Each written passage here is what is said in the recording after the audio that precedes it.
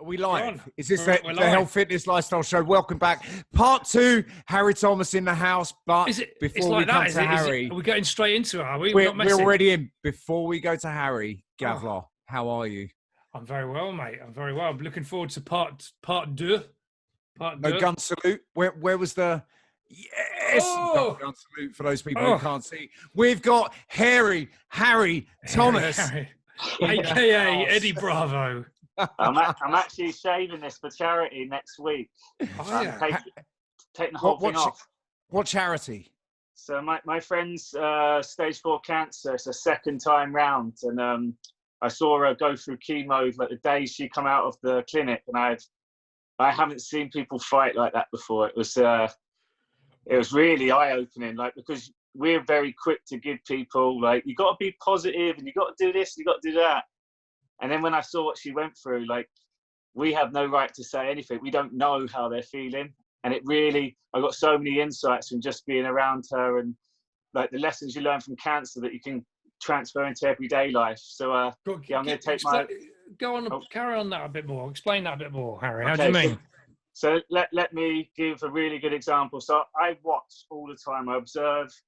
And what I noticed with this woman, that every conversation someone would have, like close friends, family, strangers, everyone has an opinion. You should do this, you should eat more, you should get more sleep, you should go vegan, you shouldn't do chemo, you should be positive. Everyone had an opinion, no matter where she went. And none of them have had that cancer before. And what I was watching is that people don't listen. People just come in with their own agendas because you think you know, and you come from a good place and you want to help them. But what I was noticing, that every time these people said something, it would affect my friend. And she'd get stressed, and you could see she was thinking, if only you knew. So like one of the things, one guy goes, you need to be eating more, why are you not eating? And she's like standing there getting angry. If I could eat, I would. Like, that advice doesn't help. So what I said to her, look, no matter where you go, these opinions are always going to come. Like, just understand and accept that everywhere you go, someone will have an opinion. So let's turn it into a game. Rather than you just giving out your energy, you need your energy for healing. Let's turn it. How many times can someone today is going to tell me what I need to do, and expect they're coming? And you can laugh every time they come, and then maybe say, what's the most stupid thing someone's going to tell me today? And can you see how just changing your mindset and accepting that you can't control what comes out of people's mouth, but what you can control is how you deal with your own emotions. But when you have got cancer, you can be prepared because you know it's coming every day. But that should be the way that you take into everyday life. If someone gives you their opinion, which they will do, you get insulted. They said something rude. They said that was crap. They said I look shit. And it affects you that much that can ruin your day. But if you now know that everyone is entitled to opinion, and most likely than not, everyone will give you their opinion from a good place, which you don't agree with. But if you know that, at least you can just accept it and be like, love to hear your opinion. I'm never going to use it, but thank you for your opinion. That's the way. So that was kind of one thing. Another thing I said, like, I saw how much she was fighting, and then you kind of lose hope when you got cancer. And what I saw was, like, I had to remind her how strong she is, because the people that are giving her the advice are the people that get to the gym and they give up after the 8th rep, or they go for a 10K run and they stop after 2K, or they say, I'm going out tonight and I mostly won't be drinking, but they give in because they're friends. They're the same people that say, be strong, you've got to do this, but yet they give up at the easiest point. So telling these people that are going through cancer, you are so strong. You don't understand how strong you are, so don't let these people take your energy. And there's loads and loads like that. So I've got a whole piece now just on how to deal with your energy and cancer, and then how you can transfer that. So from a supporter, like our friends, our family, we need to know how to be. We need to play the role of what we're doing. As a friend, we need to be a friend. As a mum, you turn up as a mum, like, you're going to be worried, obviously. But what does your daughter need right now? Does she need a warrior? Or does she need a mum to say, I am with you every step of the way? Like, this battlefield, babe, I'm here with you. How do you show up as your character? And again, this is us as people. At work, you show up as a boss. You don't take your character home with you as a boss to your wife. You show up as your husband. You show up as the dad, and you spend time with your kids. So it's like roles and characters and stuff as well. Really powerful stuff, but like, it's kind of like spiritual life teachings just from observing one thing. Powerful stuff, Mr. Thomas. I think you've taken Gav aback. You didn't see that coming, did you, Gav? No, it's straight in there. It's life on the oil. Right. Harry, really powerful stuff. Thank you for those insights. It's very, very interesting. I hope your friend's okay. Obviously in treatment going well. But as Gav has said, today is going to be a special day. Okay, Gavlar. We are on, what's this called? HC, what is it? THC. THC. What is called? THC oil. Harry, we spoke about this briefly on the other podcast, but for anyone who's tuning in afresh, summary, THC oil, what does it do? Yeah. I would say it's the magic healing medicine, what it is a medicine. And it activates your inner body, and you have all these receptors that have this identical receptors to the receptors that we have in our body, so they bind. And I'll ask you two, what have you experienced over the last few weeks? Go on, Gav, you go.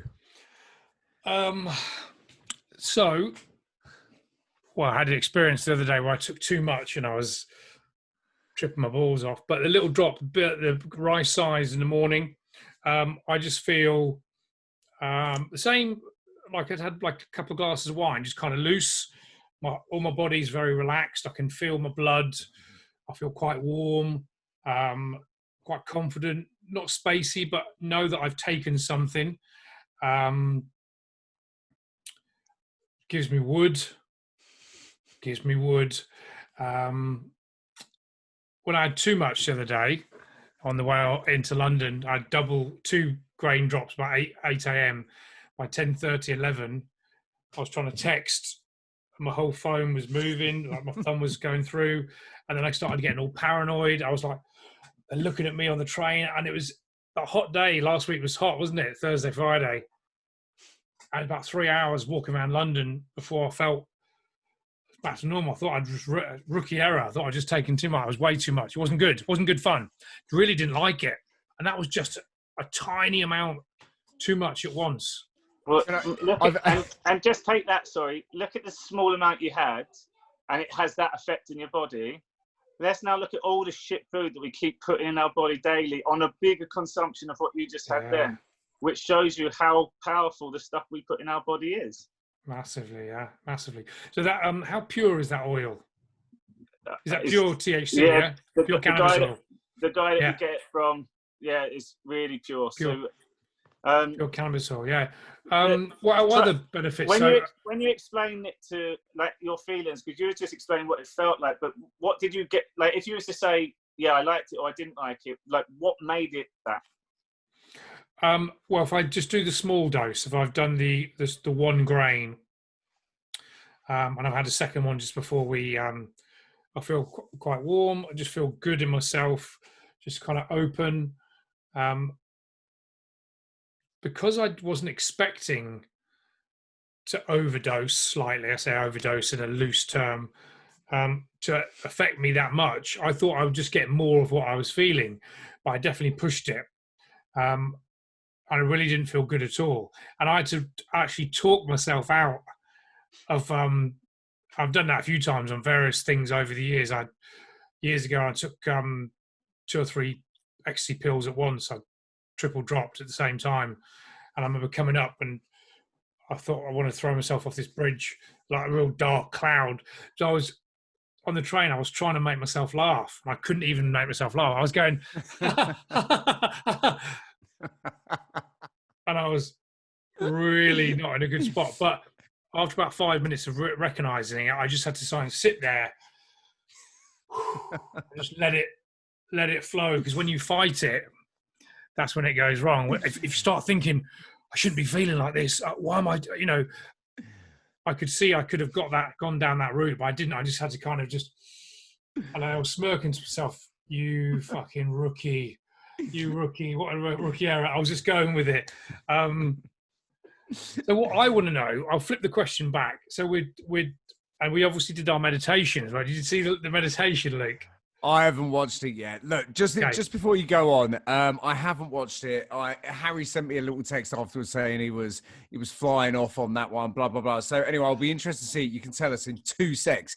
Yeah. My experience on the oil today, right now, I'm triple dropped. So I had 1 grain of rice about 11 o'clock, 1 grain of rice about 1 o'clock, somewhere around there, and then one about 40 minutes ago with Gav. And at the moment, I just feel like a giggling schoolgirl. I feel quite flushed. Do you get a dry mouth? Do you get a dry mouth? Yes. Really yes. dry mouth, yeah. Got a dry mouth, like cotton mouth right now. I just feel really giggly, really silly. It's quite like a little bit silly and drunk, isn't it? If if we were together in a room, it would be. And you were trying to put your hand down my knickers, I'd probably entertain it. Basically, it feels like when you get the right dosage, it feels like you just had a joint, doesn't it? Yeah, feels like you just smoked a joint. Yeah. But no, feel very chilled. Definitely feel a bit silly. Slightly hot in the face, but I can't tell whether that's this ring light or or the actual stuff. And I'm just feeling thoroughly good on it. I didn't do any. It was my birthday weekend just gone, and I decided not to drop while I was out and about with the family all day, every day. But prior to that, I was doing 1, possibly 2 a day, and just feeling nice and chilled. Slightly better clarity. I think slightly better clarity and just relaxed, man. Like just feel really nice and relaxed. The question to you, Harry, is what we're meant to feel, and why would someone take this? And I say in mine and Luke's position, like, because I like it, but do I just stay taking it? I mean, what am I meant to get from it? Do you see what I mean? Like at the moment, I feel like I've had a couple of glasses of wine. I'm loose. I feel good, but I need to have a reason to keep taking this. So So I would say what I was taught and what I seem to, it's like I know how to work the oil when I use it myself now, and you can make it work however you want to. And the group that I'm in on Facebook, I do a lot of coaching with people now with illnesses and stuff. So I'm seeing from different viewpoints, but they're all so different. So this is the way that I would encourage to take the oil. Set the intention of what you want first. So if you're doing some writing, set the intention. And I think it just enhances all of your senses, all of your body, all of your clarity on that task. So I did the ultra endurance race last year, and I know for a fact it helped my breathing. I can get to a point where I can literally hold my breath and bring it all in, which I struggle with, like to breathe through a nostril normally. My sleep, if I have it and say I'm going to have a good night's sleep tonight, like, and people sleep within that little drop that you have, they just go completely like. So there's one of the benefits. I've been sleeping amazing since I've been on it, like really deep sleep, falling asleep quickly. Have you been sleeping well, Luke? Or do you really well? I clocked up 10 hours the other day, which for me is just I wasn't even feeling particularly tired when I went to bed. Sleep for me is one of the best things ever. I take my sleep really seriously. Earplugs, socks on feet, cool. I've got pillows in between my heels, my knees, my arms, like to help with the spine posture and stuff like that. Socks on.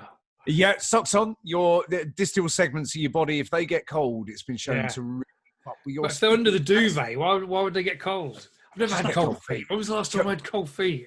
Cold feet, warm heart, mate. Yeah. But so Harry, all of the above. And again, the horn, the boner, absolutely. Have you noticed that, Luke? Like that, yeah, all good in the hood. Been smashing my. Anyway, so that's all really, really good. Harry, is this right? Is there such a thing as right? Is everybody different? Please share. Is it right?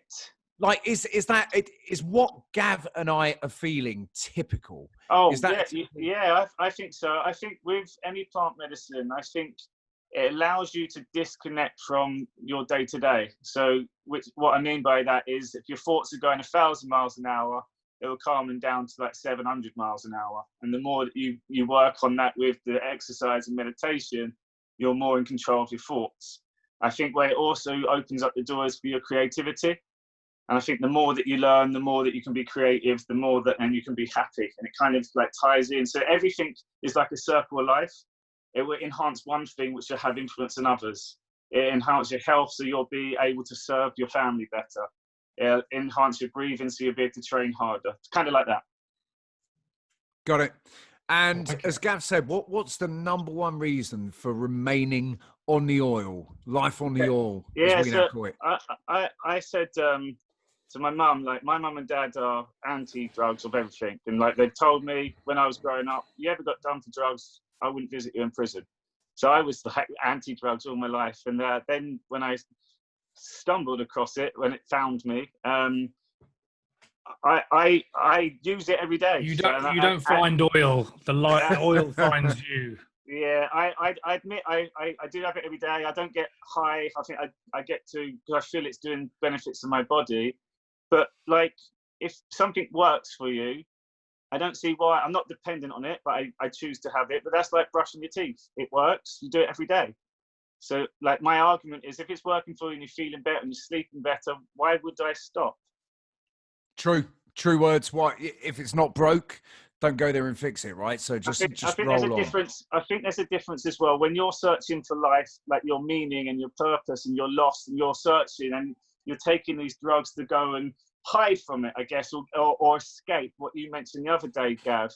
But I feel like I'm in a place where I'm in such a good place. So now it's like, how can I challenge myself in this universe, which might not even be in this realm, it could be others, but I'm ready to now be creative enough to go and make that happen. So I feel like I've found myself, but I feel I've got to a good point in my life now where I am very confident with what my choices are. And I know this one is a really good one for me and people that I know that have had it as well. Very cool. All right. So look, what I would suggest, if it's all right with you two, we decided to do a part 2, our wonderful listeners, because we were just getting to the juicy stuff last time. Gav, am I right? Yes. Harry, am I right? Yeah. Just getting juicy. So the whole point of getting oiled up, Gav double dropped, myself triple dropped. Harry, how many drops for you today? It's the standard one. All right, so Harry single drop. Take us down the rabbit hole, Harry. Today is conspiracies. Let's go. Let's go. Unleash. Okay, Yep. so the first bit I'll start with, because it's funny how many people like will comment me and stuff, and they call me a conspiracy theorist. But I don't think I'm a conspiracy theorist now. I think I just get information and I'll read it, and I'll literally just throw all this information, and there'll be some information that's talked about a lot more with the circles of people. So I'm just telling you it. I can then choose to believe it, which on a lot of this stuff I do. But I'm not saying this is truth. I'm going to present to you this information, and then you guys can decide if it's truth. And that's how I think truth seeking should be. The problem is, though, is when you get these absurd suggestions that the world is run by pedos, and then someone that you grew up to love, like Tom Hanks, you'd be like, no way, that's bullshit. And what happens is that you go straight away on Google and you do a 5-minute search, and you'll find the first article and you throw it back. There you go. I found that in 5 minutes and disproves it. And what's funny is that that's the same logic that you use with me, and be like, oh, you've just watched one YouTube video and then you believe it, or you've just seen one photo. No. I spend more than 5 minutes trying to do it. What you've done is what they want you to do. And on the first search terms in Google will be all the disinformation and all the nonsense. And then you read one of them and went, there you go, debunked. And it's like, and then you don't want to look into it anymore because you think it's so absurd that these people are related to that. Or some of the conspiracies I've told you about before, like people actually eating children, you just watch it, they say rubbish, and that's it, because it has no info, it has no meaning to you. So it's like, why would I waste my time and go and look into this? Whereas I see it from a bigger picture, especially this subject alone. I showed you guys the photo. If you explain the photo I sent you with the stadium, Luke. Yeah. So Which one? The stadium photo, right? So basically, guys and girls listening, we're in a podcast group together, just the three of us, and Harry will put things up in a group, and Gav and I will have a look, and we'll just have a little kind of, what do you think? Do you think this is something? Gav and Harry usually argue, and I will usually lean towards Harry most days. Okay, so anyway, that's the way it goes down. Now, Harry sent us something, I believe it was either yesterday or the day before. It was a picture of a stadium. It looks like some kind of stadium that's been taken over for a really big tennis match. Within this stadium, there is 130,000 people. Okay, 130,000 people. And it's banged out, like barely a space anywhere except for the pitch in the middle. And Harry's post just was basically talking about the fact, and it is an absolute fact, that over 650,000 children, Harry, correct me if I'm wrong, go missing. Is it 800,000? In America. So 800,000 children go missing in America every single year. So close to 1 million. Now, Unreal, Harry, I was thinking about it. So that's just horrendous. Is that actually a fact? Yeah, that's fact. England's, UK is the second highest. It's about 300,000. So that's more than Arsenal Stadium 3 times. Just think about that, of kids. So basically, what Harry is putting to us is that over 800,000 kids in the US, over what, 260? Did you say 260,000 here in the UK? Children go missing every single year. Now, Harry, I've got 2 questions. Does that number, what's the age? Like, when does a child become an adult, etc.? So that's number 1. Do you know that one? Up to 13 on them study, not on the stats that I showed you. It was up to. So from 0 to 13, right? So 13 is super young. And on top of that, are many of those children recovered? Are they found? Or are these just 800,000 every year gone? Without a trace? And that's the scary thing. They disappear off the planet. And let me ask you a question. How many parents do you actually see on the news, like, my kid has gone missing? Apart from Maddie McCann. Hardly any. None. Barely any. Why not? Because, like, that's something that's really worth talking. That's something that the whole world should be searching for the kids. Do you know what the scary fact is? And this is why it really, really annoys me when some of my mates are like, oh, what, you haven't even got kids. Or a lot of these kids go missing in Disney World. A lot of these kids go missing in these theme parks. So imagine this, you fly out with your family and you take your kids to Disney World, which is the most happiest time of their life, and they go missing. So this is advice for any parents, because this is real, and I do get passionate about it. I heard this the other day from someone. If your kid goes missing in a theme park, look for the shoes that they're wearing, nothing else, because this is what happened the other day. They stole a girl, they shaved the hair straight away. They put a different top on it, looked like a boy walking out the thing. And the only way they recognized it was the shoes that they were wearing. And you don't think about this. You don't think about any of this because you would never comprehend someone stealing your kid. And because it's so far beyond what you would do yourself. Yeah, because you can't imagine someone would do that, would you? Yeah. No, but if 800,000 kids go are they either being killed or they're being sold to child prostitution rings? Yeah. Okay, so this is the categories that they go in, and it's discussed. Some get born into it. Some never see daylight. They say they're underground. Some are used as sex slaves. And if you search Blake Lively, who's a celebrity, she talks about seeing reported photos where they still got the umbilical cord on. Like, the most disgusting stuff you've ever. But I want to warn people, because if you're not aware of it and you're in Disneyland having a great time with your family, you go and buy a sweet and you turn missing and your kid's gone. Like, can you imagine if you didn't? And can you imagine Harry, the conspiracy theorist, who's been telling you all this shit is going on for the last 10 years and it actually did happen to you? You would kick yourself. So this is the reason why I do it. I think people do know that children get abducted, but I just don't think they know it's on the scale that. On the scale, yeah. Because like, if you'd said to me how many kids go missing without knowing that, I would have said about 20,000, and even then, in my head, I would have thought it's probably not even as much as that. But 800,000 is a serious amount of, and the fact almost 1 million. Are you kidding me? Like, it's jaw dropping. It's They absolutely say it's one of the biggest actual industries in the world, because the kids are getting sold for like 10K plus. So just imagine if you was really poor, you stumbled across the wrong people, and then you've already four kids, and you make more than a year's salary than most people in London. That's how scary it is, and that's why it's got so big. But then how do these people find each other? This kind of stuff takes kind of networks, it takes planning. You can't just traffic a human easy. You know what I mean? It takes money, time, traffic, connections, and networks of people, right? So how the fuck? I mean, what goes on? So the breakdown on the Wayfair and some of these companies is that they do it in plain sight. So if you just had random amounts of money go in your account, they'd be like, what's this? If you did it through a platform like Wayfair or Amazon and stuff, it still looks like a legit business. Like, no one's going to check individual sales. It's just you got revenue coming in.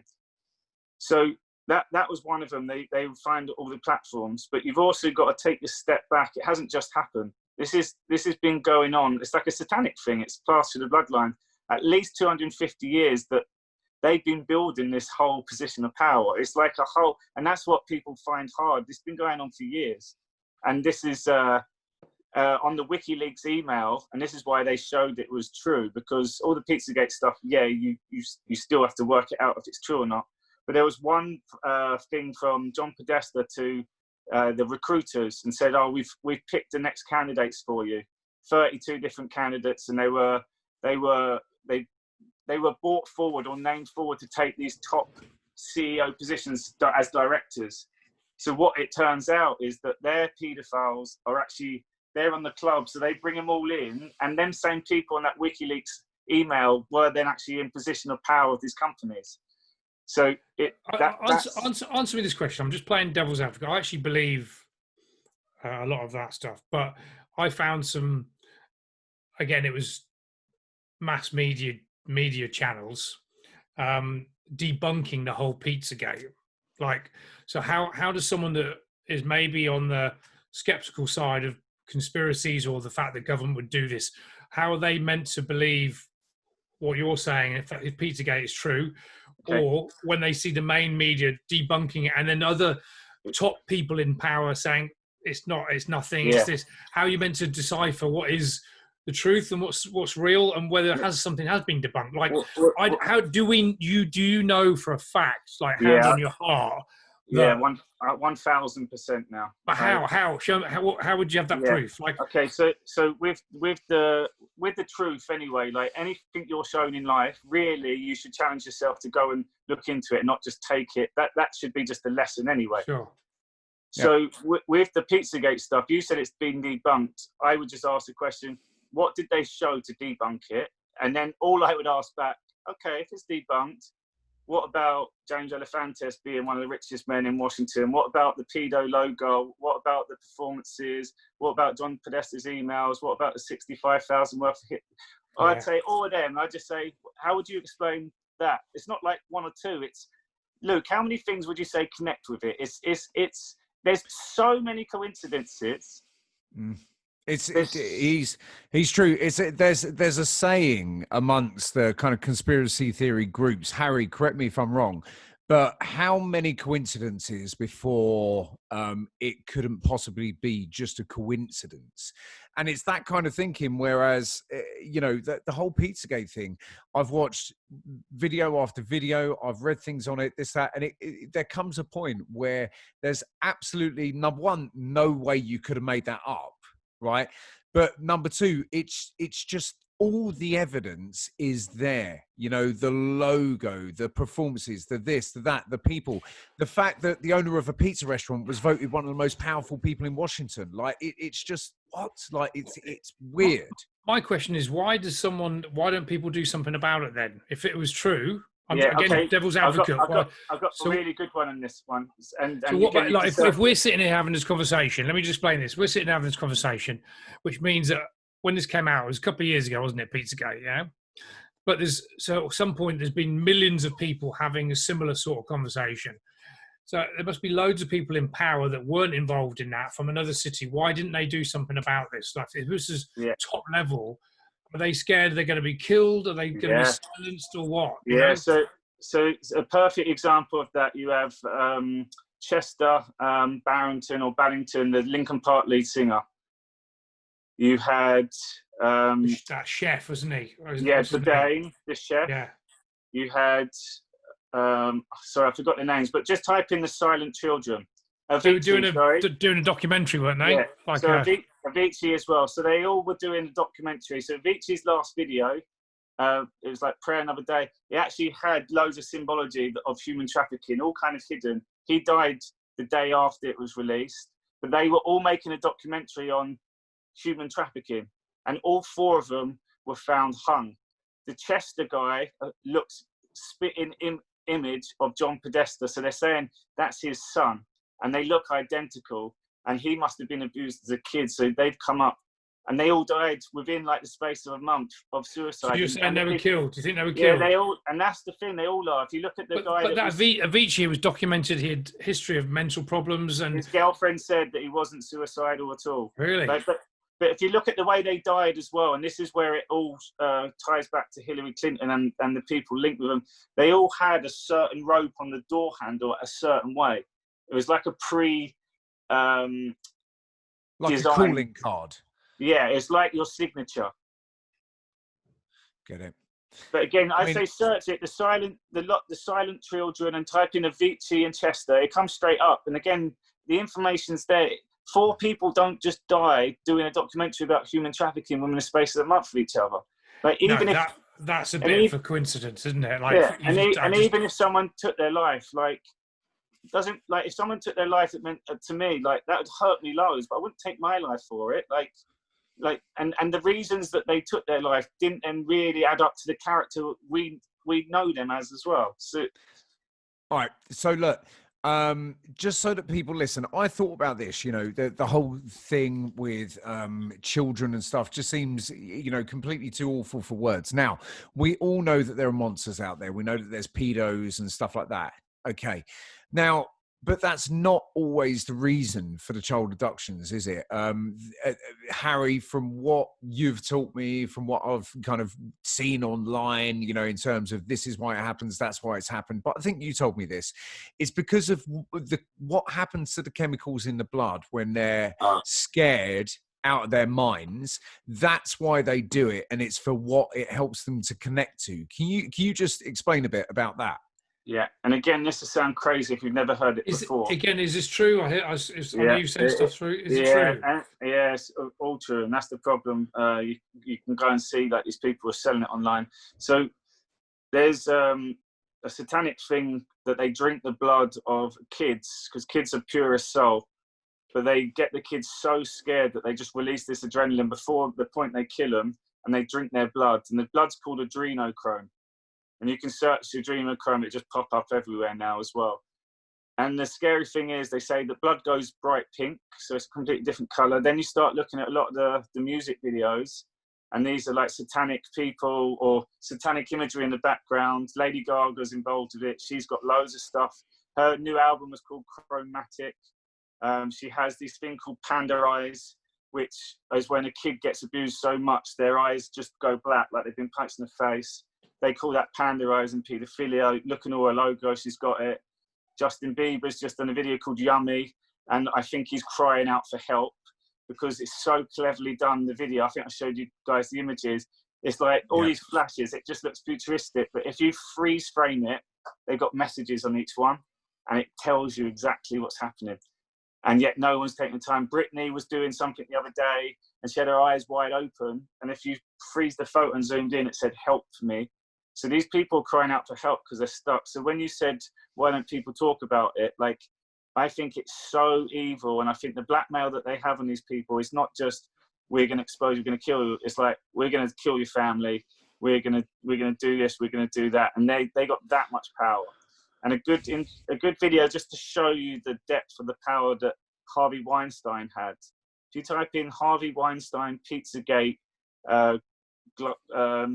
Oscars or whatever it was, and just watch the amount of people that will say, "Oh, thank you this, thank you that, and thank you Harvey." But watch the way they say it, and it's just like they call him the monster, they call him like the dog, they call him all these names, but you know what he's really about.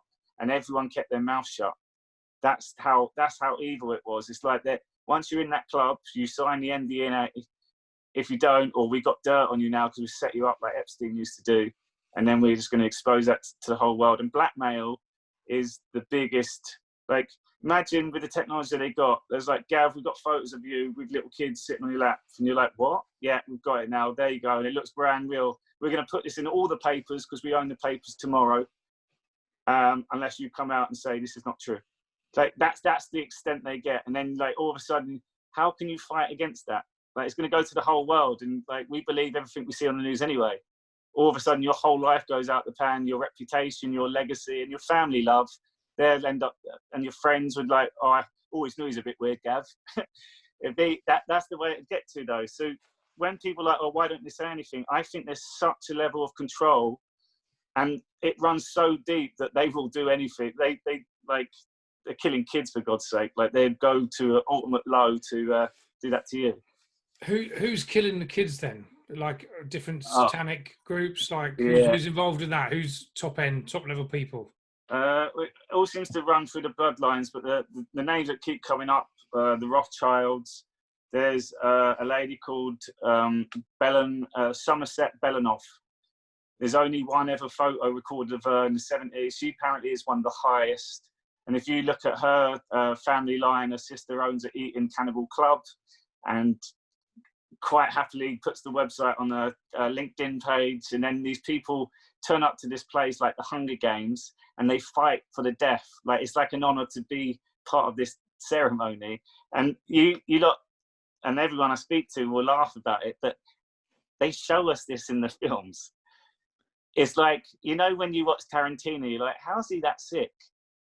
And I'm like, well, he is that sick. He does that. The films are literally replicating what they actually do. And that's how scary I think it's got to. And again, like, this is my opinion. This is not true for anything. This is what I think.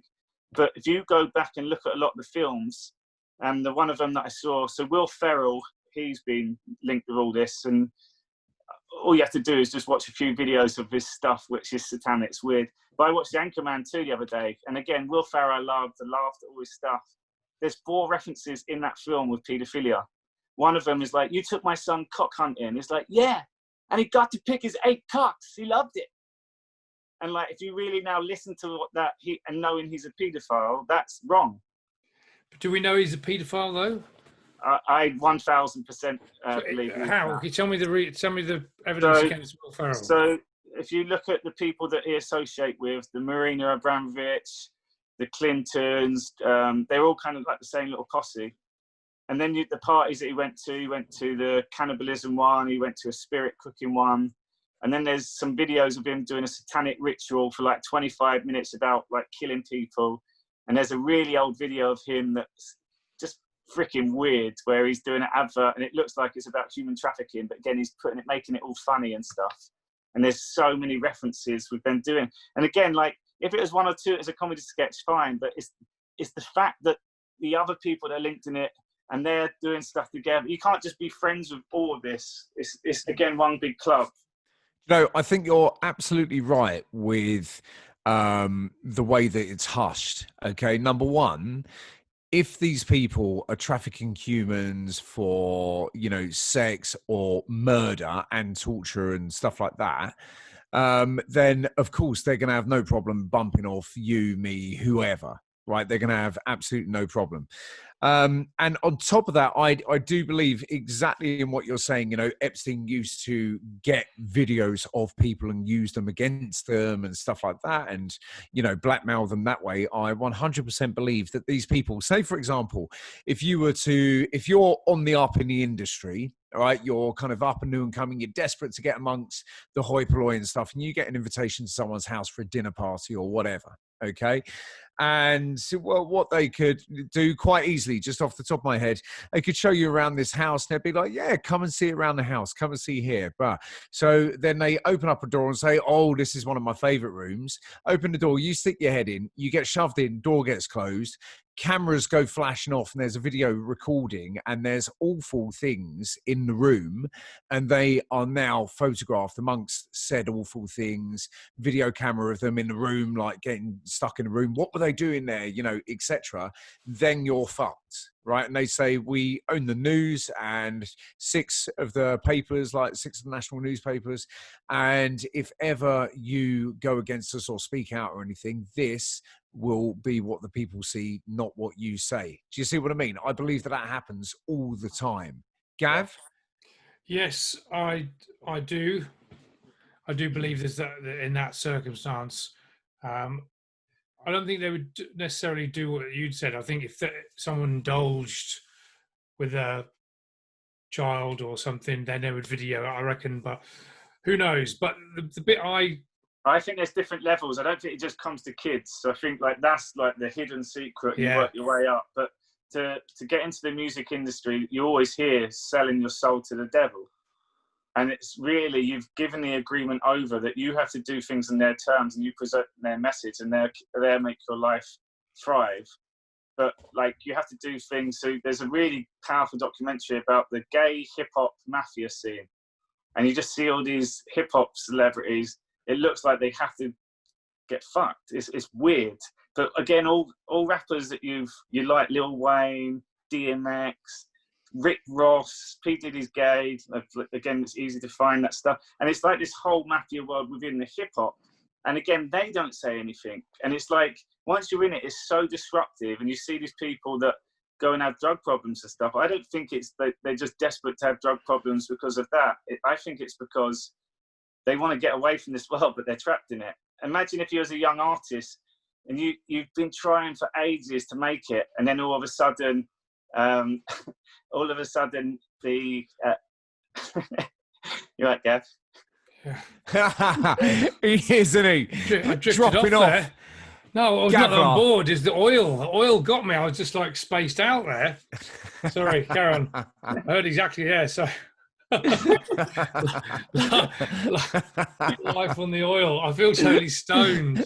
I was just laying there thinking that I'd felt my eyes go. Sorry. I've hypnotised him from the other day, Luke, so I think I might have said a trigger word. Mate, that's it. And then boom, he's asleep. Hypnotised, There he goes. Gav. So yeah, Harry, go on.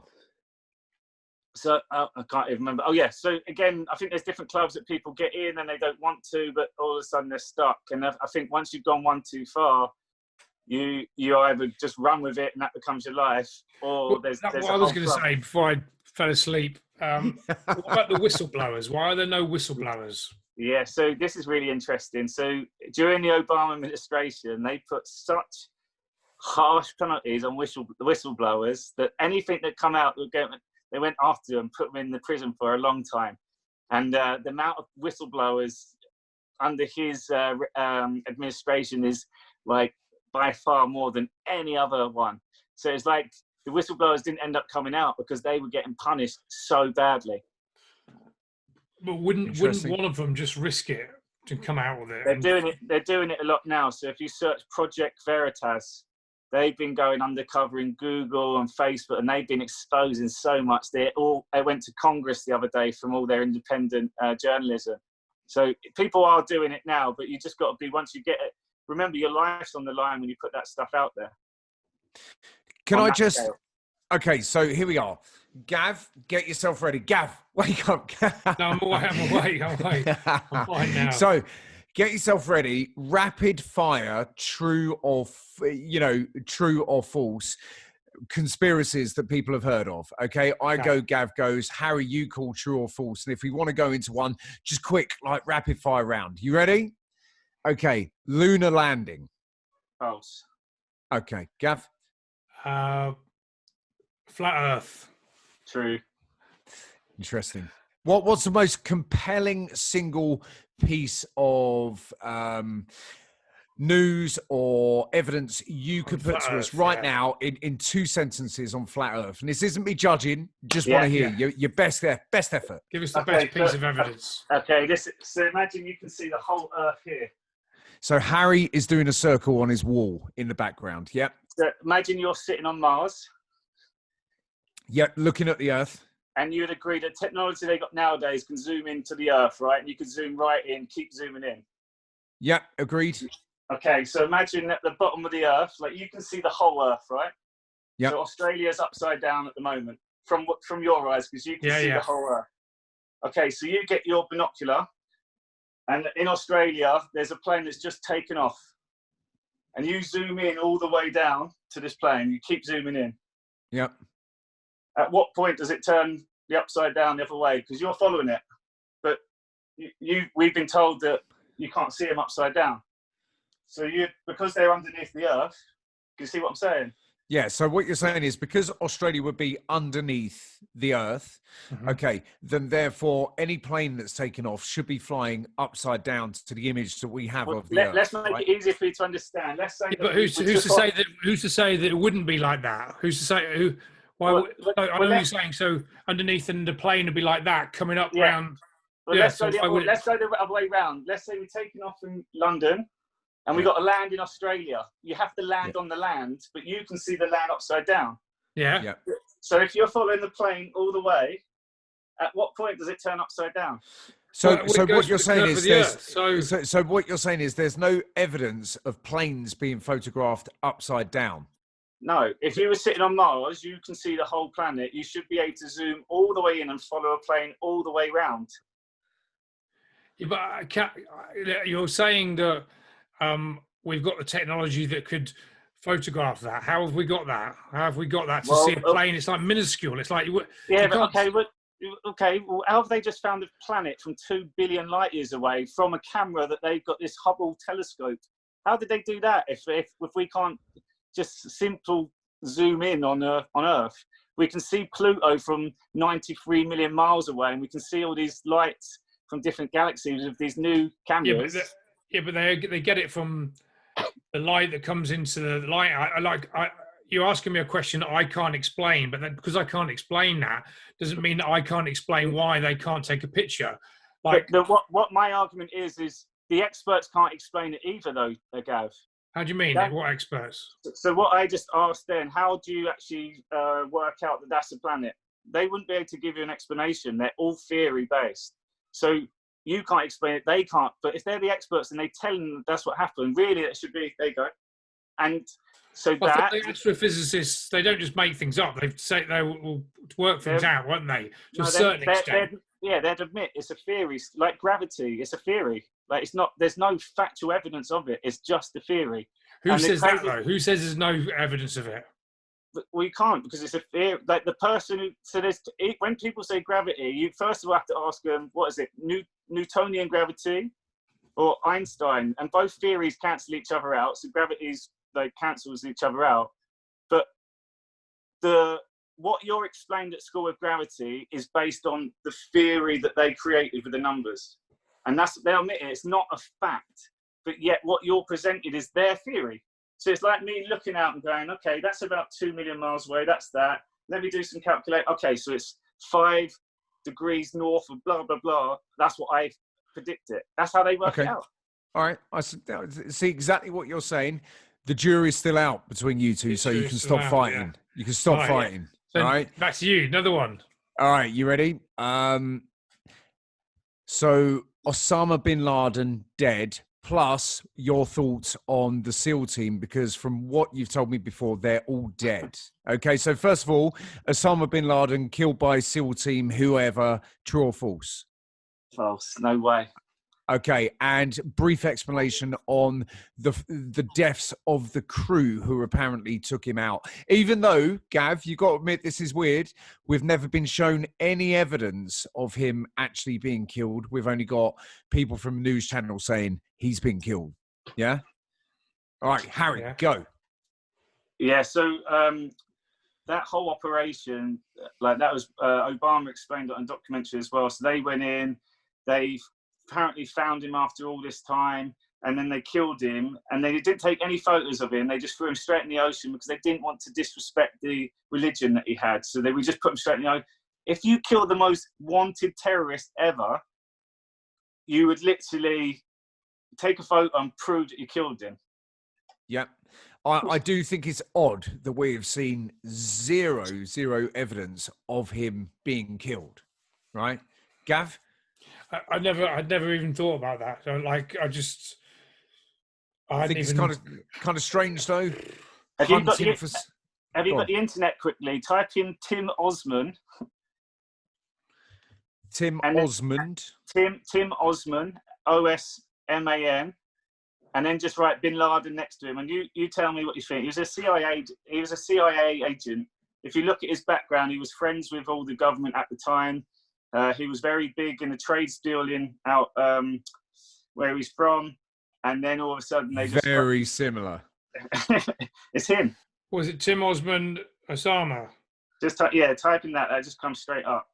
So what you're saying is that he could be right. So if from the US, they put this guy in a turban with a green kind of army jacket, grow a big beard, etc. They say this is Osama bin Laden. He's launched planes into the World Trade Center, etc. Now we're going to go and fuck him up in his own country. So that would be an excuse to invade an oil-rich country. Or you saying it's the same person? Yeah, they invaded Afghanistan when he wasn't even from there because he was apparently hiding in caves, which is just stupid. If you're that much of a network and you're that clever, you'd hide in hideouts, like good places. You'd have underground tunnels. You wouldn't hide in a cave. And then Afghanistan, one of the main reasons we went out there initially, so you can't just invade a country because as good people, we would go mental. Okay, let's do a living World Trade Center and then blame Bin Laden, and then all the Americans and then the rest of the world like, this is disgusting. We got to go and get them. So then we're like, right, we create a problem. You got the reaction, right? We've got a solution for you. So 9/11 was 9/11 completely fabricated. That's not even hard to see. Like, no, okay. I must admit, I from some of the, again, I'm very open. I'll look at some of the stuff and some of the stuff you show me, some of the stuff I've seen.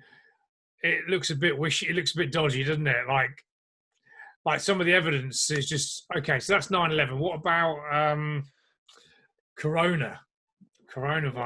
Yeah, I don't really want to go into that one. I don't, from day one, I said it was nonsense. I thought there was a big agenda initially, and I still agree.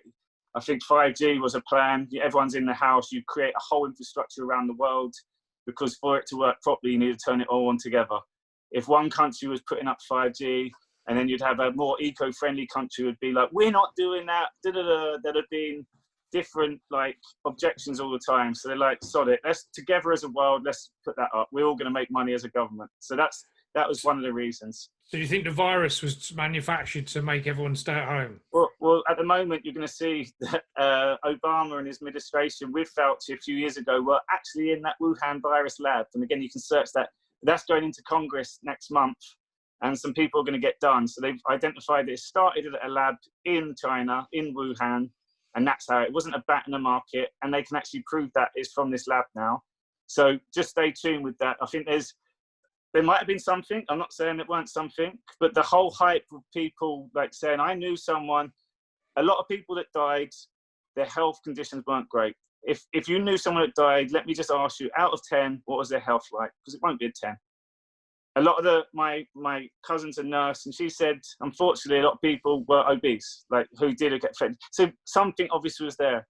The other thing that you got to look at is the numbers that we were thrown at, like all these deaths. There's a lot of deaths every day. We're not exposed to that information. So you see all these big numbers, you're like, wow, people are dying. Yeah, but you've got 5,000 people in a country of 68 million. Well, let me ask you two. How many? Well, let me just tell you this. How many people do you actually know who's got it? How many people? No one. No one. I don't like between me and all my network of people. I reckon maybe there's 3 or 4 people that they know that got it. 3 or 4 in the world's deadliest virus. I don't know. No, neither do I. Here's the thing, and this is true. I heard this on Rogan's show. I heard this on Joe Rogan, and they looked at some of the stats. Like someone went into hospital in this 4-month period and died of anything else, heart attack, diabetes, stroke, brain, whatever, and they just put it down as a COVID death. So these thousands of days, the real figure might have only been 200, but the 880-year-olds that died, that would have died anyway, it was just marked down as a COVID death. And that's been true. That's happened in America. So the figures have been grossly overinflated. Well, keep an eye on it though, because Donald Trump is just because what happens is when hospitals when this was happening originally, everything went to the CDC, and then the CDC would put the information out. Donald Trump stepped in just recently, and now everything goes to the White House. And within the next day, Florida's stats dropped from like 90,000, and you could see it was like, how have they got that wrong? They took a 0 off. Watch it again. You can go and search that up. So you're going to start seeing the next month these figures are going to drop and drop and drop. If you look at the news now, they don't tell you about deaths, they tell you about cases. And when when there's more cases, it means they're testing more. But even if you look at the test, they're shoving this thing right at the back of your throat. If you had a virus, a deadly world virus, why don't you just cough? Because apparently if it's at the back of your throat, you could just cough. Or why don't you just spit? Why did it have to go and tickle the back of your throat? And this is a scary thought. This is the way my mind thinks. So AI is going to be a big thing. Transhuman gender is already there. That swab is actually getting your DNA. So that goes to them. And then if you look at your phone, I had this insight the other night on the oil. And then like, you're not getting brainwashed. You're not getting brainwashed by your phone. The phone is downloading all of you onto it. So you're literally putting your whole consciousness on this phone. It knows everything about you. And like, we just enter it, we take naked photos, we do this, we send these people, we go here, and the phone literally owns you. So now they have your DNA in your phone. I don't know what they could do with it, but from the epigenetics course that I'm studying, all you need is one cell to make a human body, because that one cell has every single gene in it. And that's how they do their test tubes. They pull one cell out and you could replicate. They replicate the sheep in the 70s from it. So I didn't want to scare listeners, but that's how my mind thinks. So I'm not doing any testing. I'm not wearing no mask. I'm not doing that. As long as I keep safe and the people around me, I choose never to get ill. If I do, I'll be better tomorrow. Right. Let me ask you this. Princess Diana. Okay, here's an exciting one. So originally I thought she was killed. Then you look at the original story, the original one, she was followed by journalists and stuff. But that later on was proven not one of them was near the car. I don't think she's dead. I think she's part of this Q movement. 1995 she died, but she did meet up with JFK Jr., who also I don't think's dead. And again, sounds crazy if you haven't looked into it all, but I think they were in it together and they knew what was going on. And you can see photos of them doing this upside down triangle. They met a lot at that period of time as well. So I think the whole thing was staged. But at the same time, I think they had intel to say that they were going to kill her because she wasn't obviously sleeping with Prince Charles. Yeah, she had a baby with a Muslim coming. That would have gone against the bloodline, and I think that they knew. Yeah, so the theory is that she potentially could be alive. Again, it's so out there, but I always live hopeful. So I'm warming to that. You're saying that you don't think she's dead? Don't think she's dead, or JFK Jr. And again, where would she be? Where would she be then if she's not dead? Hidden? How? Luke, you can explain the JFK Jr. one. I don't really know that much about that. I don't know much about that. No, it's something I'm not too clued up on JFK. Yeah. So when his dad got killed, he was like a little boy, and his mission statement was to come out and avenge the death of his fathers. And that he was always in line favourite to run president at some point. But what his father found was that there's this evil cabal network of people that have, like, even back then, you could see how bad it was, that if he was to run, they would have just killed him by now.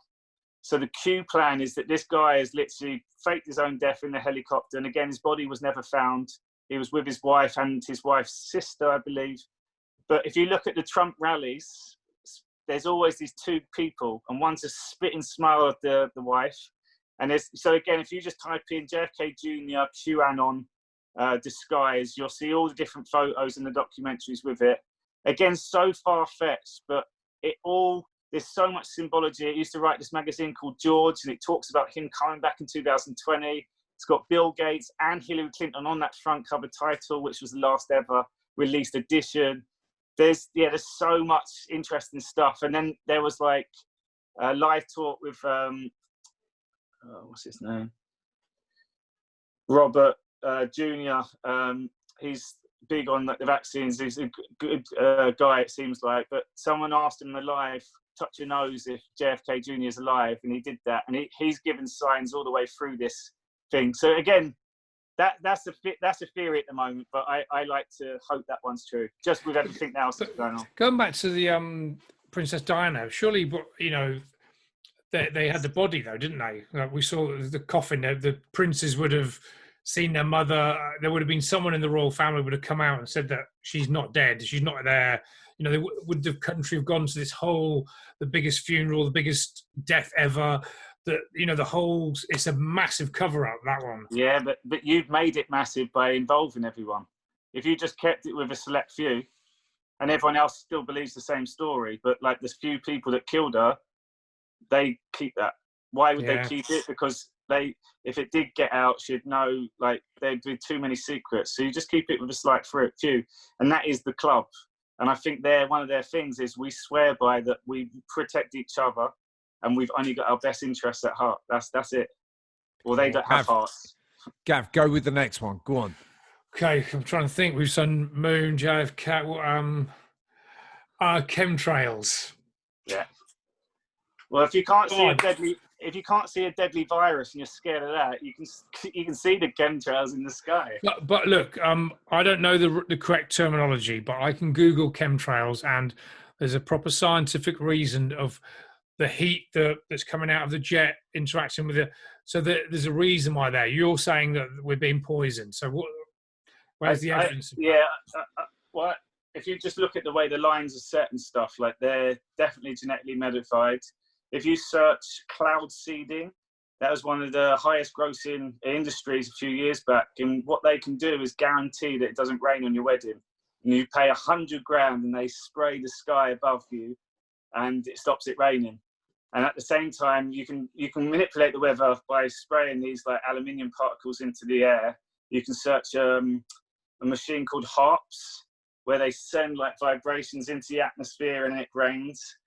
Top Gear. Well, sure. I'm sure there is that technology, but that doesn't necessarily mean that whenever we see a chemtrail that they're poisoning us, do they? I'm not saying that I'm saying that there's something they're spraying. So it could be fertilizing the land, could be genetically modified stuff. I don't know, and I haven't really gone too deep into it. I definitely think they're spraying something with us. We've been in lockdown, and you see the skies have been so blue over the last 4 months. Like, just because there's not many planes in the sky. But normally I always keep saying to people, just look up in the morning. Does that look like real fluffy clouds that you're used to? And another way to see it, when you go up in a plane, you always, in England, you go up and it's just muggy, but you get above the clouds and it's just beautiful. It's like, how's this weather hiding? And I think it's being genetically modified for that. Again, that one doesn't faze me. Like, if I'm eating the food that's from the soil, I'm going to get it anyway. Like, for me, that doesn't change. Yeah. It doesn't. Whereas the kids, like, that affects everyone. And I think the kids then lead into other lies, which then leads into our history. Then that leads into who are we actually and why they're hidden all this from us. So I think it has a global outreach and another reason why I want to know why we're here. Like, this amazing creation. I got these 5 fingers and these eyeballs that can project everything. And I'm looking at you through a camera live. Like, I want to know how we've got all this technology, and like, I want to know why we're here. All right, that perfectly sets me up for my next conspiracy. Yeah, I can't think of any more myself, but I'm glad you've got shit. I've got shitloads. Go on, then. Ancient aliens. Ancient aliens. Right, go on. What's your thoughts? It's not a mainstream conspiracy, though, is it? It's kind of like massive success, History Channel, over 15 seasons, like all of this. It's huge, millions of people all around the world. Yeah, I'm not having that. You're not into it. So look, here's my argument. Yeah, you've been putting across your kind of arguments. Okay, for the listeners, Ancient Aliens, I walked into a shop. It was one of those kind of, you go in and you buy a DVD for about 20p. It's one of those shops, like secondhand DVD. Charity shop, yeah. It's called CEX, Cybernex Exchange, something like that. Anyway, I go in, the kids are looking at something. I'm like standing there. I look, I think, to my right, and there was a DVD case with a pyramid with a grey man on it, aka an alien. And I've picked it up and I'm like, what's this ancient? Oh, here we go. Pyramids made by aliens. A bunch of it. And I looked and it was about 25p or something. And I thought, this will pass the time one day. So I bought it. Anyway, a couple of days pass. I get this thing on and I think, oh, let's watch this. What a load of rubbish. I put it on. And within the first 5 or 6 minutes, my mind is blown. Now, think about this.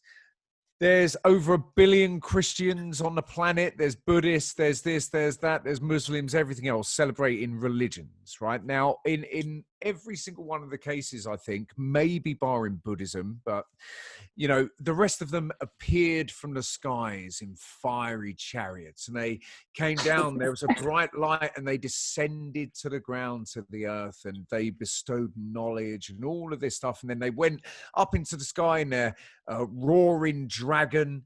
Well, right, so think about this, Gav, correct me if I'm wrong, but for every single grain of sand on this planet in the universe, that equates 1 grain of sand on our planet equals 10,000 planets out there, to give you some kind of scale on how big the universe is. Our planet, quite young, at 6 or 7 billion years old. Okay, my argument is this. For me, it's far more likely that life could live on other planets and that this life could be billions of years in advance of where we are. There's nothing to say why not, and possibility will tell you 1 grain of sand equals 10,000 planets. There's bound to be life out there. Now, we would be naive to think that we are the biggest, baddest bastards on the planet and that we're as intelligent as it gets. I think you would agree with me that would be naive. There are things out there that if there is life, it's probably more intelligent than us to some degree, whatever. Okay, now, there's people out there who say that they've been visited by God and religions spring up all around the planet. Okay, now I would believe there's too many accounts to kind of shelve religion and, you know, religious experiences. I would believe so much more in something coming from out there in space, one of the hundreds upon hundreds of billion planets out there, than for a godlike creature to suddenly appear on Earth out of thin air. I would believe that actually a more advanced race than us came to the Earth and either seeded us or bestowed knowledge upon us, etc., etc. What's not to love about that? Do you, you know, the advanced technology, we can't even build the pyramids today, you know, the stuff that has been before this, the ancient architecture that we could not build today, the technology, the this, the that. Talk to me. You've cackled a couple of times, right? You've cackled a couple of times. However, I would love to hear, because Gav, I know that well, that's interesting. Go, Harry. Okay. So the model that you explained was what we were told as a kid. Like, you pick up, I always remember my dad would get this, there's more grains of, there's more stars than there is grains of sand. Like, so you then go in with that idea of like, fuck, if there's that many, there must be other life forms. Right. I think we are the only thing here. I don't think we're in space. And this is where people don't understand flat Earth. So they go, well, what about the edge? You just fall off. My question back is, what happens at the edge of space? If you said it's that big, what's at the edge? No one knows. No one knows. So the answer is the same every time. I don't know. But we're not in space. I don't think. I believe that space is up there, which you can see. If you look at astrology, it's the same lights in the same places exactly at the same time, every single thing.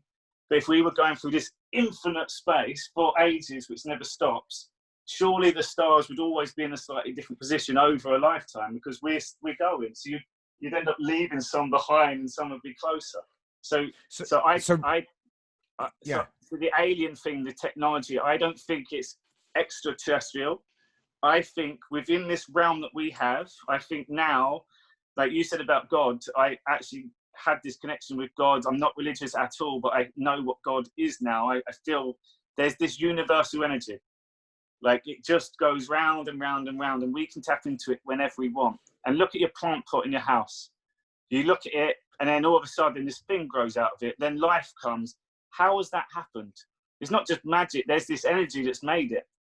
And that, I feel like, is God, where it's all, again, I don't want to make this religious. This is just my interpretation of it, because I know what I used to be like when I talk about God. But that then leads into the secret. What you ask for comes back, because it's always there. You're part of it. all you have to do is ask for it and believe it, and it'll happen. So the aliens as such, I think, are on different vibrations. I don't think they're physical creatures that come down and kidnap you and put stuff in your head. Well, give us some of the examples, Luke. What's the compelling question we asked Harry? What's the compelling evidence? The one thing that would, like, and I've seen some of the programs, and when you see it from that perspective, it looks very plausible, doesn't it? Okay, so ancient architecture. For example, the pyramids with Egypt, we all know that the Egyptians were very diligent at recording everything, hieroglyphics, pictures, all of this, and they captured everything, right? Absolutely everything that was important. Yet there is not one single image that shows how the greatest buildings on the earth for however many thousands of years. And you telling me they built that and didn't make a single note, didn't keep a single record? It's just ridiculous. Now, on top of that, so apparently the pyramids were there before the Egyptians, and the Egyptians just settled there. Anyway, next piece that comes to my mind is in, where is it? There's Elbek, Balek, I think it's Balek out there in the Lebanon, I believe, Balek. And what you've got is this ancient site that goes up in the air from the ground, many stories. I think at its highest point is about 5 or 6 stories up. And you said sign. No, it's this huge ancient kind of land site that goes on for acres and acres. But it's been elevated. It's been deliberately built up by the people who were there once. Okay. Point of telling you this, on the 3rd story up, there's one stone that weighs over 1,200 stone, and it's called the Mother Stone. Okay. This has been lifted 2 to 3 stories up in the air. Okay. There's not just one of these rocks. There are tens of these massive rocks which have been fashioned, they've been carved, and they've been quarried, and they've been lifted into position. Now, the point is, at a time when it was said that there wasn't even the will, right?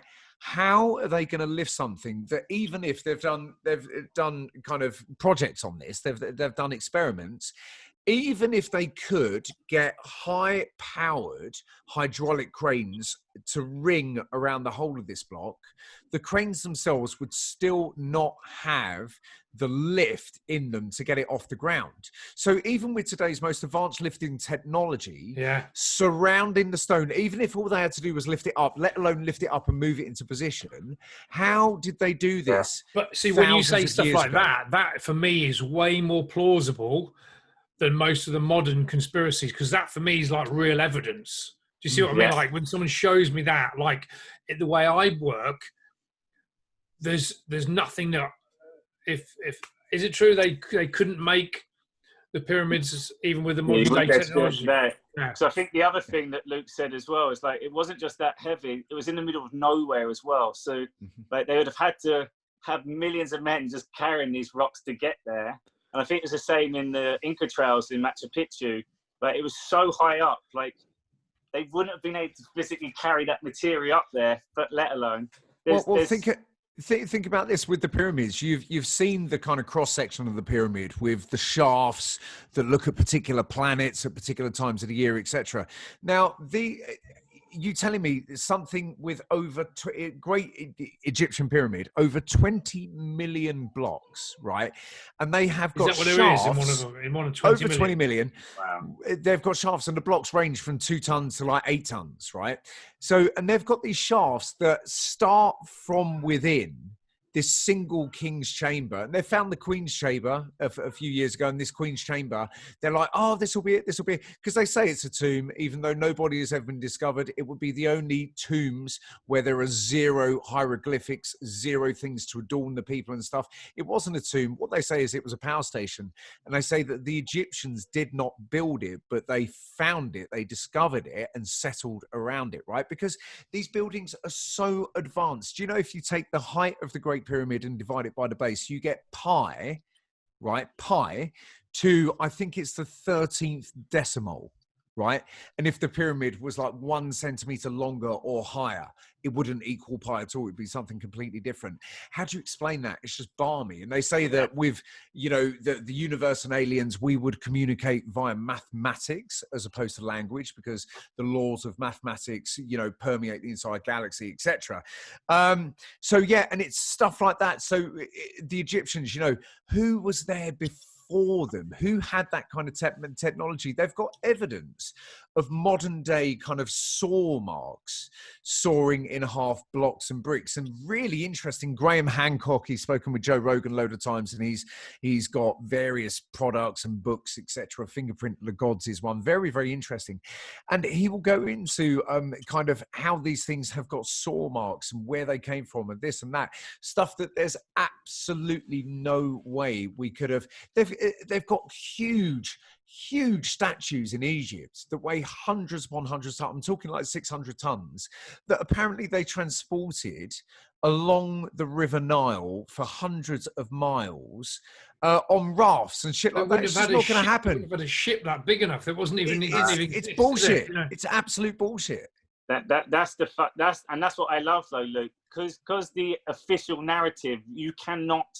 It doesn't make sense. Like with your own eyes, you're looking at this like magnificent creation, like the technology, and they tell you, oh, we made this. Like, no, you didn't. Like, there's something else there. And I think just that exciting trying to find out what it is. It could be aliens, it could be giants, it could be these different things, past civilizations, you know, that have long been lost. By the fact you're looking into it, how much more now do you know about Egypt? How much more do you know about, like, you learn? That's what.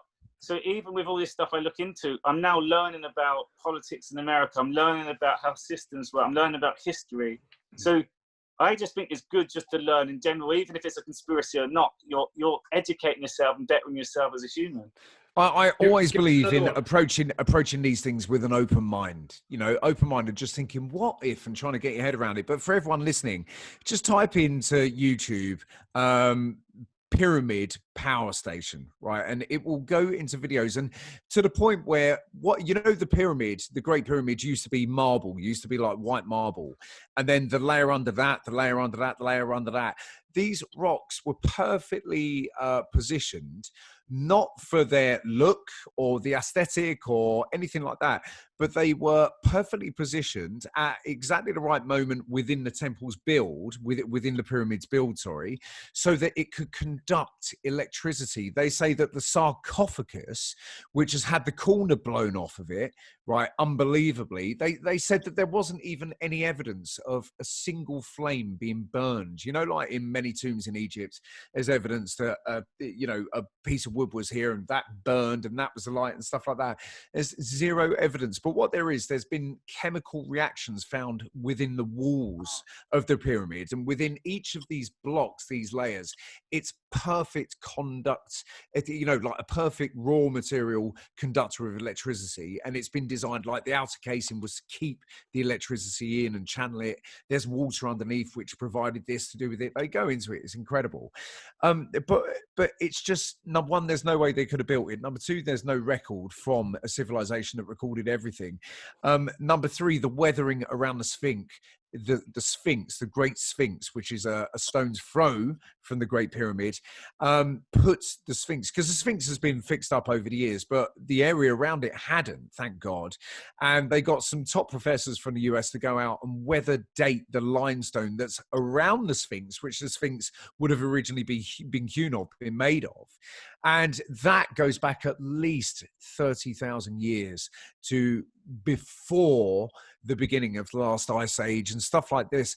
It's mind-blowing. And these are top professors in universities whose job it is to educate others and stuff on weathering, and they've put the Sphinx going back 30,000 years. How do you explain that? It's just mind-blowing. What's the next? Give us another one, Luke. You said you had more. You want another one? Oh, I've always got some. Harry. Okay.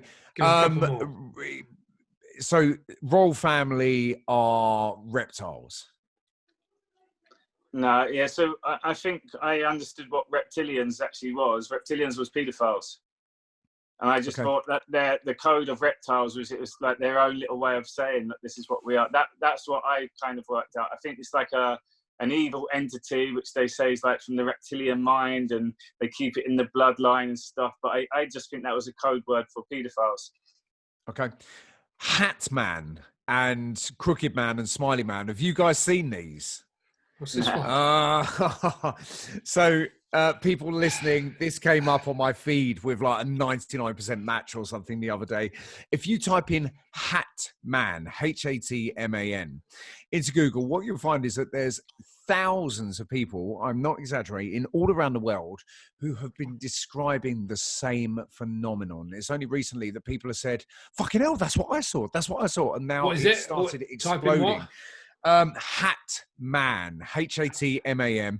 You can watch it on Netflix this evening, or is it Netflix or Amazon's Prime? One or the other. Just type in Hat Man and you'll see like this stuff come up. Absolutely bizarre. People from different parts of the planet telling exactly the same story about the same thing. And again, going back onto the ancient aliens, riddle me this. Many times people would build these ginormous monuments which could only be viewed from the sky, which is kind of interesting. On top of that, people from the known corners of the globe who apparently had zero way of coming into contact with each other. You're thinking kind of North America, South America, Australia, like all of this. And from every single corner of the globe, they all started to draw the same kind of things, the same kind of gods at around the same kind of time. And they all started to build the same kind of monuments to these gods. They've got mountains in South America that have literally had the tops shaved off them flat, right? Mountains. Don't believe me? Type it in. They're near the Nazca Plains, which again, monuments we didn't even know were there, can only be viewed from the sky. They've got maps going back hundreds upon hundreds of years showing Antarctica as being green and lush and this and all of this stuff from the sky. Okay, that's the point. They've perfectly done this as though it's been observed from the sky. They've got accounts of people being taken off doing this thing. It's if you haven't watched Ancient Aliens, go to episode 1, season 1, start there, and just think, just forget about anything you thought before. Forget about anything I said. Just sit down, watch, and ask yourself, my goodness, that is strange, you know, and ask yourself, could it be possible? And it is possible. I've got a good one. Harry. Go on. International Space Station. Yeah, it's bullshit as well. Like it's, I know you. Come on, it's not. It's not. This one we have to come on. Apparently, 17,000 miles an hour. It's the size of like huge buses. That's totally plausible, isn't it? What? It's not. But they've got video. They've got video video evidence. Yeah, you see. Oh, there it is. There's a drone. No, I don't mean that. What about when they've got the video on the side of the space station? You can see them climbing out. You think that's all green screen, yeah? Yeah, there's loads of videos where you can see bubbles coming up and stuff. They're in a swimming pool. It's not real at all. And again, think about it. They're going out there. That's moving at 17,000 miles an hour. Like, no. You know how it doesn't work like that. If everything's moving at that speed, you wouldn't. If the whole atmosphere is moving at that speed, you wouldn't actually feel. Well, if that's the case, when you go, so you're going up and you're in space, you're not feeling that the relative wind against you, are you? You're moving with it. Well, if you went up, if you went up in space, would the Earth then rotate underneath you? I don't know because I don't know physics. I don't know. But we're told the Earth spins 1,000 miles an hour. 24 hours would be one. Doesn't the atmosphere go with that? So you wouldn't see it if it was spinning. Yeah, but even if you didn't see it, if I then landed back down, straight down where I come up with, I should then effectively be in another country because it would have been moved below me, right? How do you mean? So explain what you mean. So I want to take the. So if you went up and then you're sitting above Earth and you're looking down at it, really the Earth should be spinning down. But if you come straight back down, would you land in the same country? I don't know. I've never. Well, when you see the rocket go up, and you see Musk. I know you don't believe that goes up, and it turns like that because that's it going into orbit. That's it following around the Earth, going down into the ocean, mate.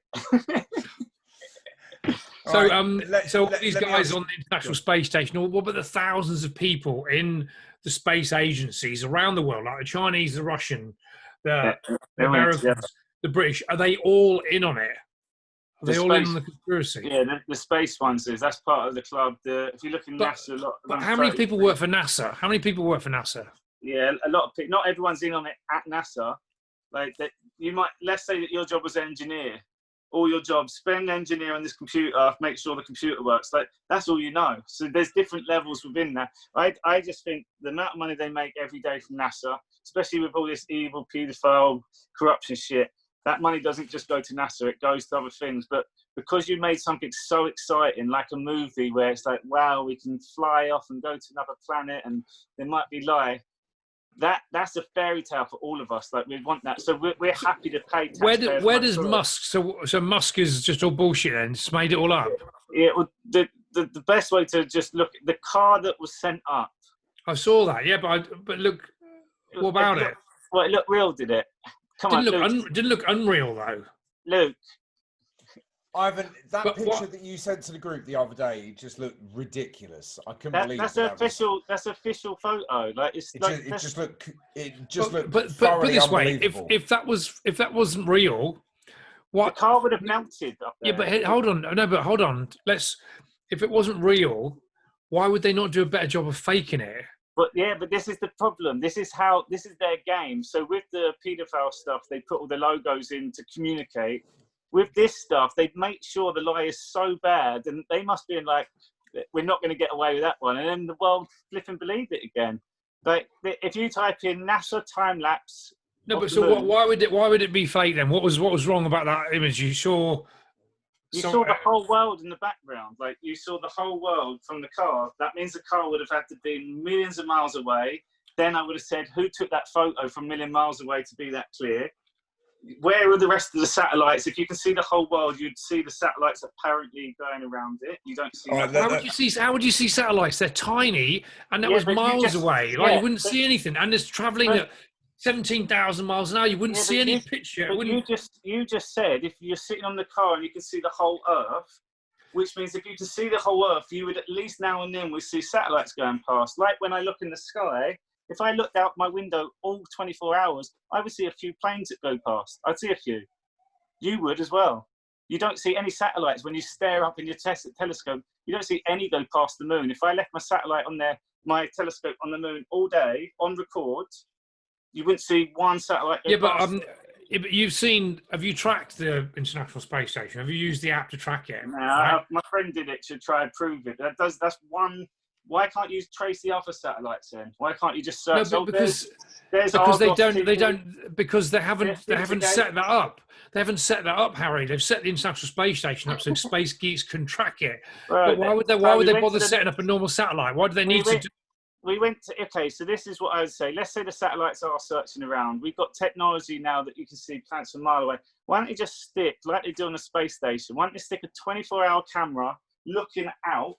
And so you can see the other satellites floating past you upside down. Why don't we just see live cameras on all these new satellites we send up 24 hours to show us what space looks like? Because we don't see any. And this is the thing, like we sent someone to the moon in 1969. So you say, they might not supposedly. Yeah. And the technology was less than the iPhone. So you say, they haven't got that technology yet. Mate, they're making iPhones that can track you and know your blood levels and your heart rate. They can do all that. And you can't put a 24-hour camera on a satellite. Right. Let me jump in. Harry, got a good one for you. Gav, that was good. I've got another good one. Are you ready? Come on now. I try to keep calm. I tried not to get aggressive because Gav's you can see he's just trying to jig me. Some don't get to me, but some are just blatantly, I just can't go with it. Like the International Space Station. We'll let the viewers decide. Let me try you on this, okay? Because this is one that I think is an absolute slam dunk, undeniable. Gav, you ready? Yeah. Vatican City devil worshippers. Yeah. Tell us more, man. This is unbelievable. If you Google this stuff. Oh, this is remember the auditorium. If you just type in the Vatican auditorium snake, and again, just watch that. I'll let Luke explain that one. All right. So basically what you've got is Vatican City, which is kind of within Rome, okay? Or nestled next to it.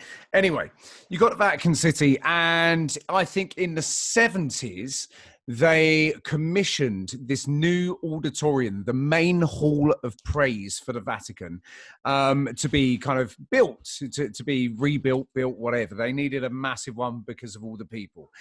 Long story short, type in Vatican main hall snake, right? Just type that into Google while you're listening now. And what you will see is that this hall, from within and without, looks exactly like the head of a snake. It's jaw-dropping. So within, first of all, the Pope, where the Pope stands in the middle of the hall address, is from within the serpent's mouth. So the windows along the midline, the side of the building, look like snake's eyes. It tapers down so that he's got 4 fangs, or 2 big fangs either side of him, which literally means he speaks from the serpent, right? From the serpent's mouth, okay?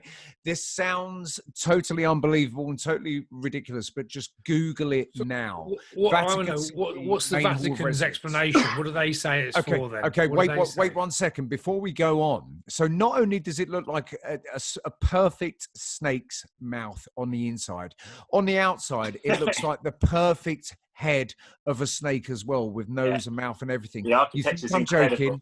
You think I'm joking? Google it. Right now, next weird thing is within the main hall of praise at the Vatican City. Do you know what you do not see? You don't see one single cross. The very sign of Christianity, the sign that it's all built on, within the main hall, the auditorium, the main hall of praise within the Vatican City, there is not a single cross. I kid you not. Now, if you look at what they have got, where a cross would normally be, as the backdrop of a stage, is this huge thing that is basically meant to portray a nuclear disaster.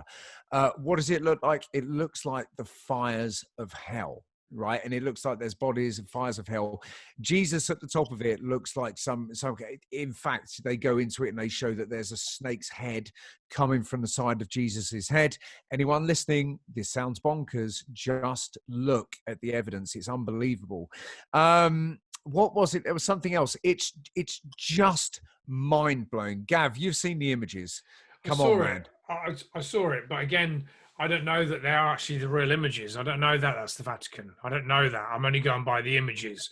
But what's the Vatican's explanation to that, or people that work at the Vatican?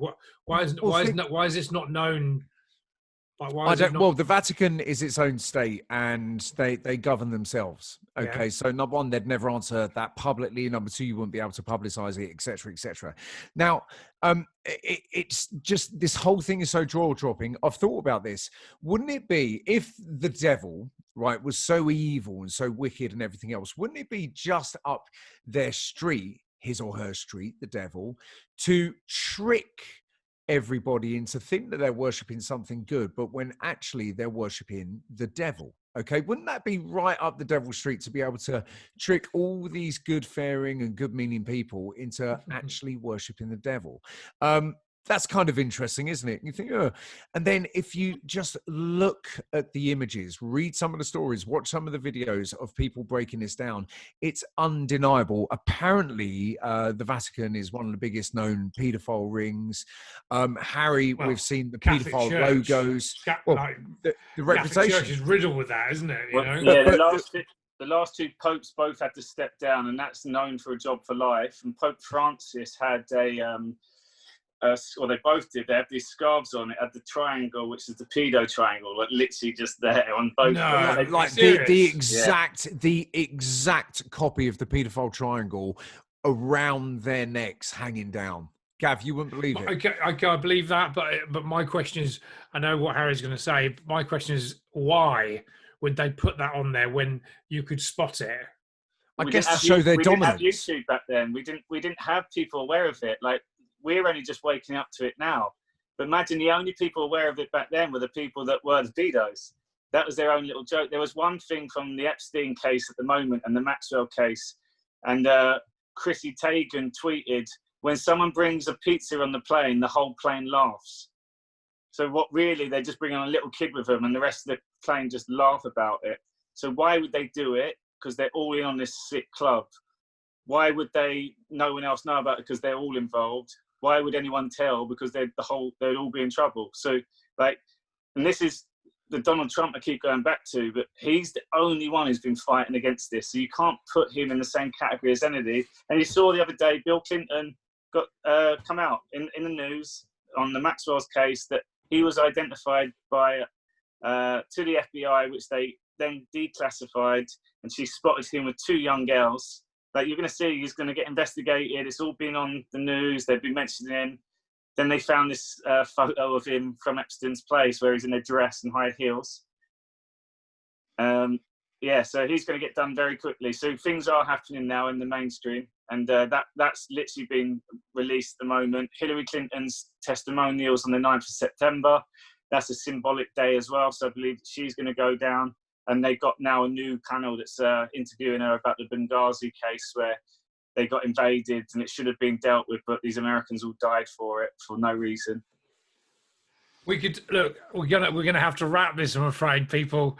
It's we've been going an hour and 40 minutes now. I just wanted to chip in. Like, some of it is quite depressing. It just drains energy, but like, that's not the intention of more of this. I think it's really just getting people to understand there's a lot more going on in this world.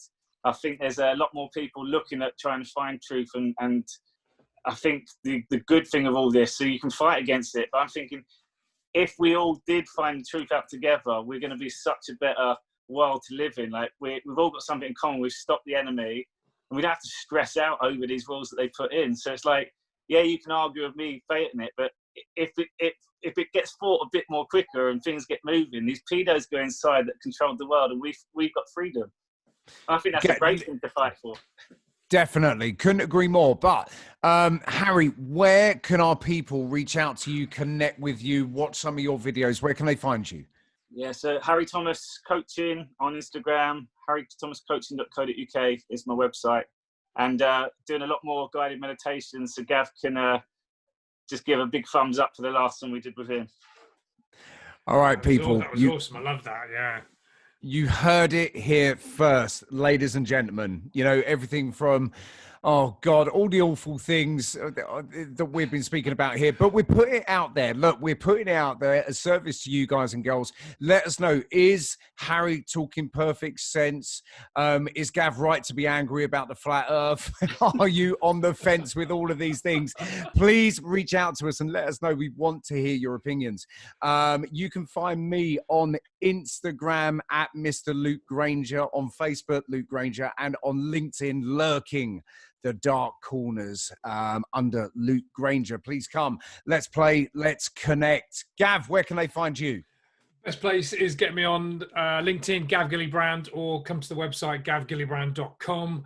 Sign up for my emails, all that good stuff. Listen, guys, he's Luke. He's Harry. I'm Gav. This is the Health, Fitness and Lifestyle Show. Give us a 5-star review. We will see you on the next time.